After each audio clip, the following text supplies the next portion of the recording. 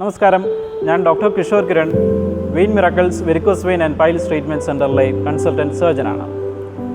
Vein മിറക്കിൾസിൽ varicose വെയിൻ്റെ ചികിത്സ എന്നാണ് നാം ഇന്ന് ചർച്ച ചെയ്യുന്നത്.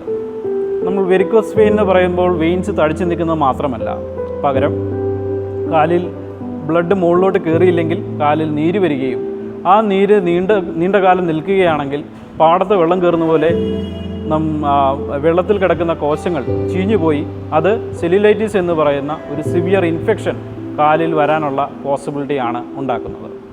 ഇങ്ങനെയുള്ള കാലിൽ നീര് വരുന്ന ഒരു പ്രവണത നിങ്ങൾക്കുണ്ടെങ്കിൽ തീർച്ചയായും അത് അടുത്തുള്ള ഒരു സർജനെ കാണിക്കുകയും അത് വെരിക്കോസ് വെയിൻ്റെ ആണെന്ന് നാം കണ്ടുപിടിച്ചാൽ ആ വെരിക്കോസ് വെയിൻ നാം ചികിത്സിച്ചില്ലെങ്കിൽ ഈ സെല്ലുലൈറ്റിസ് റെക്കറൻ്റായി, അതായത് വീണ്ടും വീണ്ടും വരികയും പിന്നീട് അതൊരു വലിയ ബുദ്ധിമുട്ടായി മാറുകയും ഒരു പക്ഷേ അത് ലൈഫ് ത്രെറ്റനിങ് സിവിയർ ഇൻഫെക്ഷനായി മാറി അത് വലിയ ബുദ്ധിമുട്ടുകളിലേക്ക് പോകാനും സാധ്യതയുണ്ട്.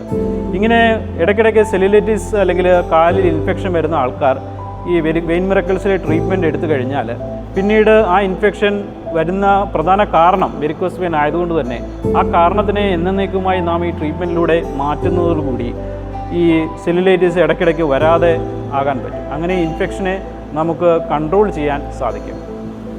ഇതാണ് വെരിക്കോസ് വെയിൻ മിറക്കിൾസിലെ ട്രീറ്റ്മെൻറ്റ് കൊണ്ടുള്ള ഒരു പ്രധാന അഡ്വാൻറ്റേജ്. ഇതെല്ലാം തന്നെ അഡ്മിഷൻ ഇല്ലാതെ നാം ഇഞ്ചക്ഷനിലൂടെ മാത്രം മുറിവുകൾ ഉണ്ടാക്കാതെ തന്നെ ചെയ്യുന്ന ഒരു പ്രൊസീജിയർ കൂടെയാണെന്ന് ഓർക്കണം. പക്ഷേ ഈ പ്രൊസീജിയറിന് ലോങ് ടേം റിസൾട്ട്സ് ആണുള്ളത്. നമുക്ക് ലോങ് ടേമിലേക്ക് സെല്ലുലൈറ്റിസ് അല്ലെങ്കിൽ അങ്ങനെയുള്ള വെരിക്കോസ് വെയിൻ മൂലമുണ്ടാകുന്ന നീരും അവോയ്ഡ് ചെയ്യാനായിട്ട് ഈ ട്രീറ്റ്മെൻറ്റിന് കഴിവുണ്ട്. നന്ദി, നമസ്കാരം.